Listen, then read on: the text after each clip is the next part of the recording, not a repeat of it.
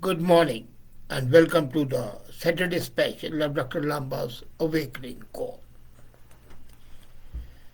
In theology and in the religious studies, there is often a confusion between philosophy and religion. Many times, religion might have different aspects of philosophy, and that makes one predominant philosophy appear as a different religion.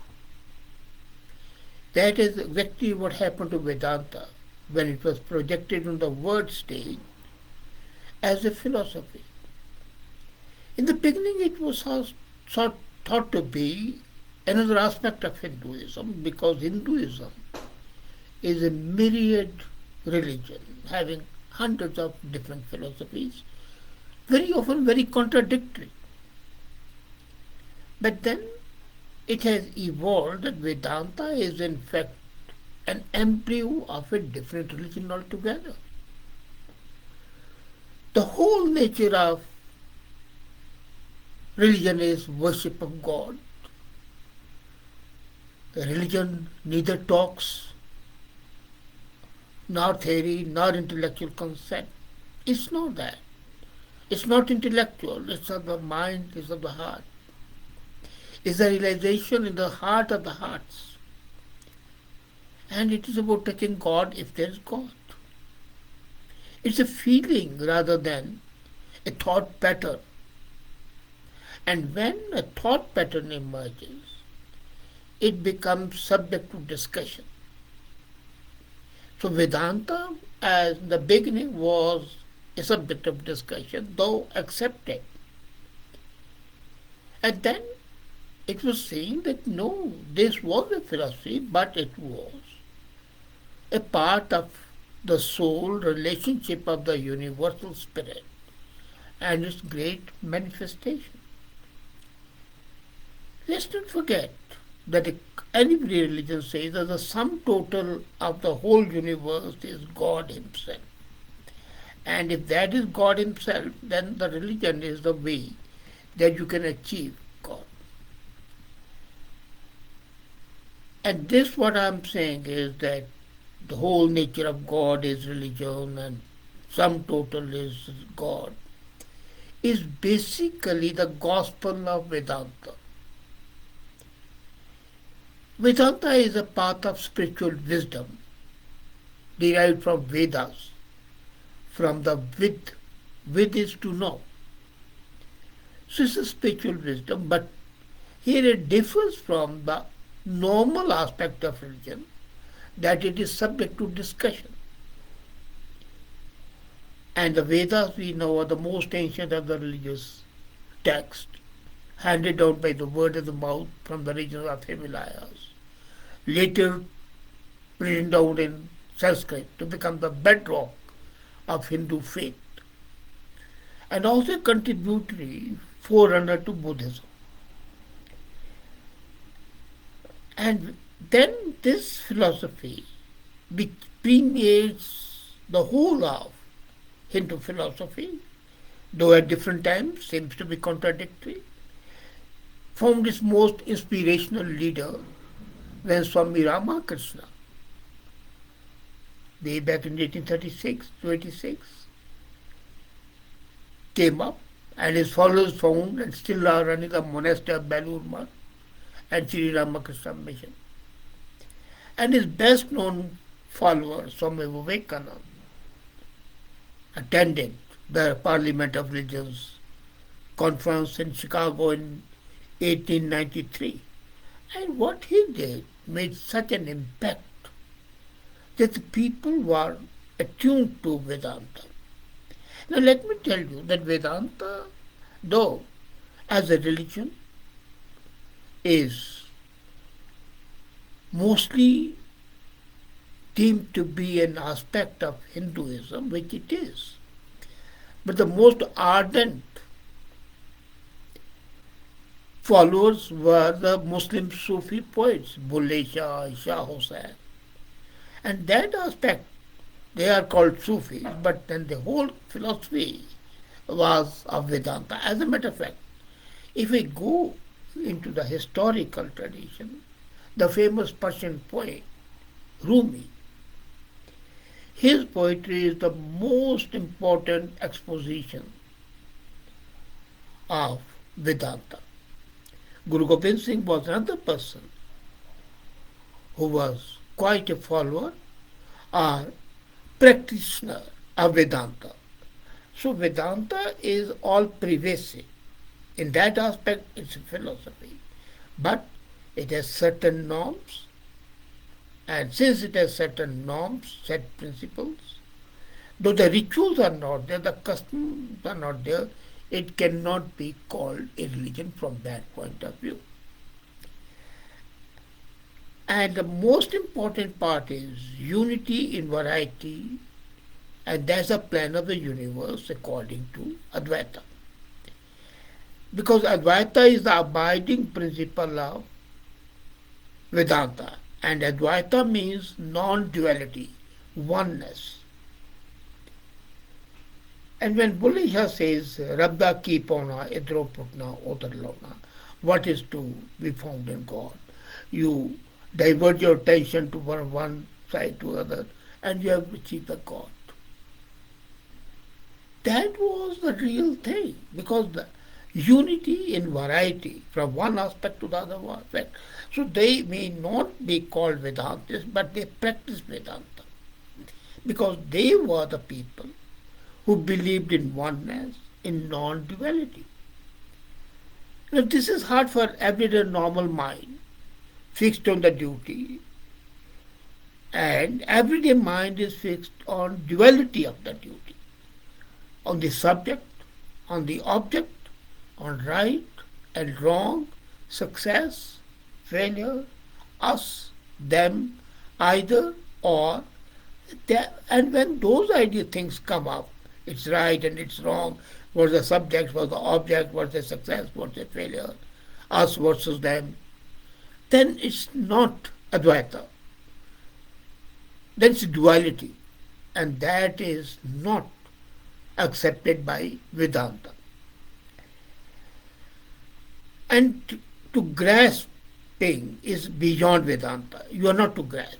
So what it means, basically realizing, making real for oneself, that opposites depend on each other. The opposites are not inimical. They are in fact complementing each other. There would be no night if there is no day. There would be no darkness if there is no light. So it means realizing the opposites as being complementary, supportive of each other. And that's why Advaita says, or Vedanta says, the whole nature, our whole of nature is worship of God. From that point of view, you can deem it to be pantheism. Vedanta recognizes this, and it says that no one can make people spiritual. And here it differs from other religions. There is no other teacher to you than your own soul. That's the guiding principle of Swami Vivekananda. It does offer advice. It does offer suggestion, direction. Whether we know and accept it or we reject it is up to us. There is no binding. Now, a religion always is binding facets. You have to do this, you don't have to do this. But in Vedanta, freedom of soul is the most important part. And that makes this a philosophy, not a religion. But the fact that it pertains to reaching and realizing God is a religion. So recognizing differences of character, of time, place, conditions, Vedanta also recognizes the value of different spiritual masters through the ages.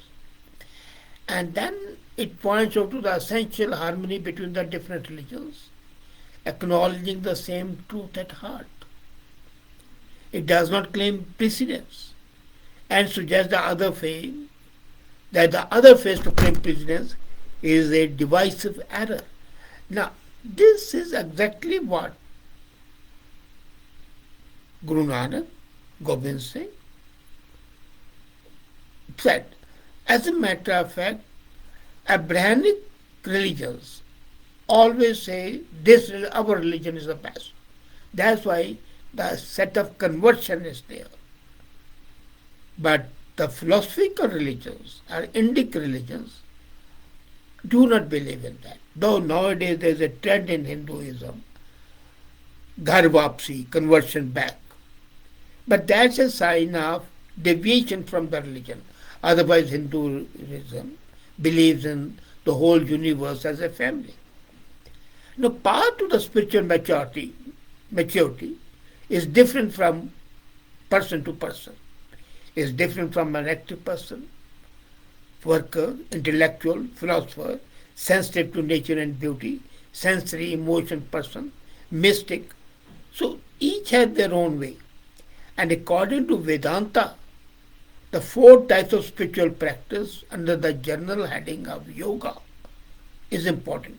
Now here is that you can see the shades of a different religion. Yoga is deemed to be part of Hinduism. It is. But the way Vedanta says that the four types of yoga are the spiritual practice. First is Karma Yoga. Now, Karma Yoga is a path of action, of helping others. Jnana Yoga, intellectual, knowledge, suited to the intellectual. Bhakti Yoga, path of devotion, love, suited to the compassionate, sensory, emotional person. And Raj Yoga, the royal one, the king, is a path of meditation, the most direct, suited to the mystic, the contemplative, and the person capable of listening and trusting intuition. Now, here it is. Intuition is the most important part, not the teaching by others. The way advocated by Vedanta is ultimately a path of self mastery, of de-hypnotizing oneself from duality, of going beyond the good and the evil, fortune and the misfortune, awakening to the sense of God within self and within all others. Basically, when you say awakening to a sense of God within yourself, you are God. And Vedanta has another concept, different from Hinduism as well. There is no theory of evil. According to Vedanta, there is nothing evil. It is only ignorance. And if you educate a person, the evil is gone.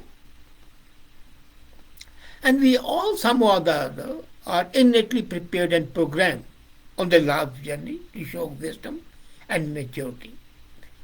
Our development happens gradually, spontaneously, in favorable conditions, conditions of love, learning, and in absence of obstacles. It takes time even to understand and fully grasp to make our journey to truth. However, Vedanta as a religion teaches also about reincarnation. Time is not the issue. Here you reach in this religion, in this philosophy, if you want to call it, time is not an issue. You are timeless. The divine absolute soul is within you. And the soul never comes and goes. It never is born, nor does it die.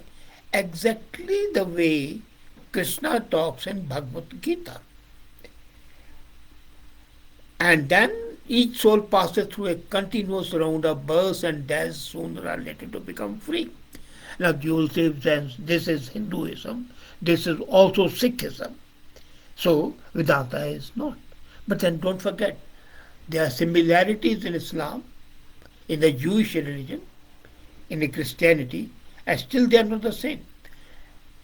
The similarity in aspect does not make it absolutely mirror copy. So Vedanta from that point of view has many aspects because it's born from Hinduism philosophy. As a matter of fact, its development or crystallization after a process of distillation of one process of thought becoming by itself a religion. The conflict and division between and within religions is an important part. And that ceases when people understand that religion is not in books. Whether you read Vedas or not, whether you read Quran or not, Bible or not, Granth Sahib or not, that's not religion. It's not in churches, it's not in temples, mosques. And here Vedanta is much different than other religions and thus has a right to be called religion. Vedanta says it's in actual perception. Only those who have actually perceived God and religion can be called religious. And Vivekananda makes it very plain over and over again. People are here on earth to discover freedom and to achieve that recognition and realization without knowledge. This is not knowledge about things. Now that is something important. It's a knowledge as direct and deeply personal experiences. The way the things are and they were. So there's nothing less sacred than knowledge of the universal wisdom. That's the most important thing. Life is a universal cry of knowledge of wisdom, understanding. According to Vivekananda, the most potent exponent of Vedanta, we want knowledge in order to make ourselves free. Now, every religion, in one way or the other, binds you. Here it says, no. You think about it and then take a decision, so you are ultimately intellectually free. And the purpose is that you seek satisfaction where it cannot be found. And it says it's immaterial, whether you rise it through wealth, fame, power, destruction, whatever. But ultimately the soul would be satisfied only when it understands its infinite being, is part of being the cosmos. Do not wait, says Vedanta. Your search for the ultimate freedom begins right now. So Vedanta as a philosophy, basically an adaptation of the Hindu thought to some extent, crystallized itself and became a full-fledged religion that might have a lot of similarities, but is definitely entitled to be called a religion. Although, and as we have seen, the shades are there in practically every religion. If it's closer to Hinduism, it's also closer to Sikhism, closer to Sufi philosophy, Rumi's philosophy. And basically, essentially, the running strand is identical in all religions. The only thing is some aspects are emphasized, some are not. And that makes Vedanta a religion without any rituals, without any set of binding rules, but with a philosophy, with a pattern of thought, with a hope of knowledge, understanding, compassion, love. Thank you.